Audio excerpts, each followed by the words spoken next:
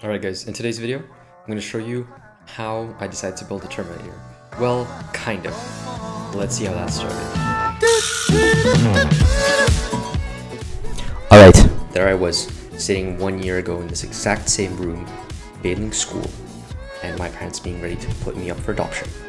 And so I had the great idea that if I cannot make it in school and get good grades, I have to defeat it and I have to take it over. And so I was talking to Jeffrey, my sleep paralysis demon, a good friend of mine, and he said to make Megatron. And I said, no, we're gonna make the Terminator. And so I did.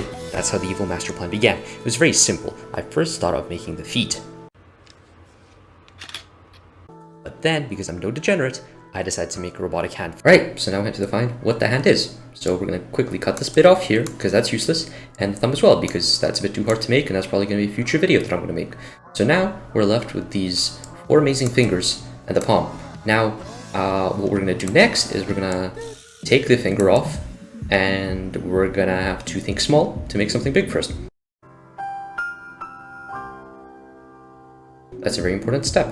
And then, we're going to have to make it. And in my head, it didn't seem very complicated. You can all imagine what it took me. Whilst you're watching me sanding down these parts, I will explain the issues that arise during this entire process, and only then will I explain how I built the entire thing and how it functions. So, first you have to make sure that the strings were not breaking and were properly attached, because my big brain decided to actually use hot glue, the best way to attach anything in this world. Flex tape can't even solve that. Then next, we have the motors that could be breaking, and you have to make sure that you solder all the wires properly, and you have to make sure that you don't inhale too much lead, because, well, you won't really finish the project in that case. And lastly, you need to make sure that you have enough computing power.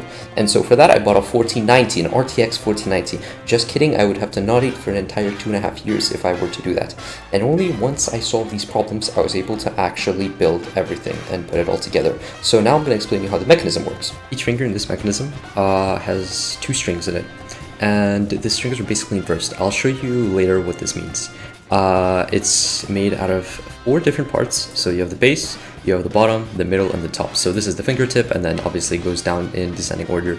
Here, these are holes made for bolts that you then use as joints, that way you can actually contract. And the string passes through these holes in a special arrangement, and you hot glue them right here, and here, depending on if it's the contracting or decontracting string. Now, what do I mean by that? Well, it's actually quite simple. What happens is that one of the strings goes from underneath the shaft and wraps around it in this direction, so clockwise. And then the inverse will happen on the other one. It will go from above and wrap around counterclockwise. This will allow me to do something crucial for the finger, and that is to make it decontract and contract. So I'll show you how that happens.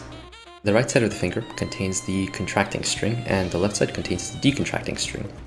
So the string will exit the finger from this hole and the other one from this hole, and connects the motor here, which then allows it to contract or decontract. So simply put, when pulling on the right string, the finger will contract. When pulling on the left string, it will decontract.